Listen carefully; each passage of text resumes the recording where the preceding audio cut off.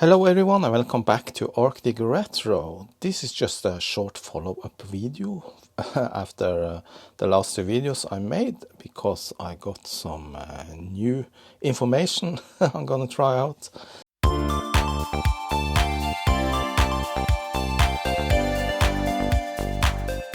First of all, this seemingly not working Commodore 64. I made a video about it in the last mail and donations. It says no audio, no serial, no cassette, and CIA question mark. And then someone commented that that might just be because the fuse is blown, because the Commodore 64C can actually run quite fine without the fuse. However, it needs the 12 volt and everything like that, 9 volt for the cassette and the SID chip actually. So let's check that out. Is it that simple? Okay, let's check out.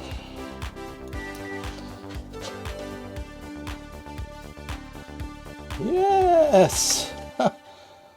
The fuse is blown. Okay, I need to take it out and insert a new fuse then. But why is the fuse blown?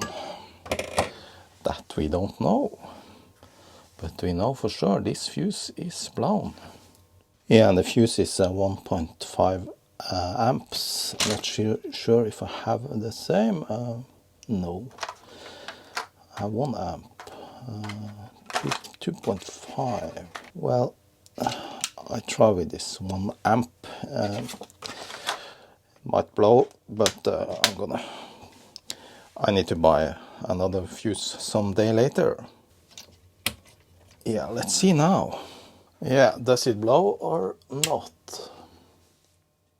Yeah, it still works. Didn't blow yet. 5.2 volts. I'm not really sure this fuse if it is for the 5 volt. Obviously it's not, but then if it is for the AC coming in, on AC it says 5.9. Let's try the diagnostics cartridge then, see if it works better now. Yeah, now we see the clock is correct. Yeah, and the clock comes from the AC input, the 50 Hz AC input. So this looks good. Okay, it says YouTube bad. And now there's sound, yes. Alright, so according to the test, we still have a fault here, and it's the CIA chip U2. This one, unfortunately, I don't have a spare CIA chip, so I'm not going to be able to replace it now in this video. So that will be a fix for another day, but you've seen removal of chips before, not that exciting. I'm sure it's gonna work fully then if I find a good CIA chip. I might buy one of those new one, the J CIA 64. Now the other issue I want to talk about is this machine. In the last video I actually installed a RF modulator replacement that has S-video out. I made a temporary cable for it, and I haven't bought a good cable yet. But I got a tip in the video that it's definitely something to do with the grounding, because I just glued it on to the board, and you're supposed to use pin headers, so you solder it down to the motherboard. So I'm gonna check out that now. I always appreciate the comments for my videos, and if there are some hints and things I did wrong or anything like that, don't be afraid to comment. I don't care if I did a mistake, but I don't feel bad if someone points it out. Yeah, if you saw the last video, you saw this, and it has some solder points there where you're supposed to add pin headers and solder it down to the motherboard. I'm not gonna desolder this one now. Just gonna test first, see if adding some additional grounding helps.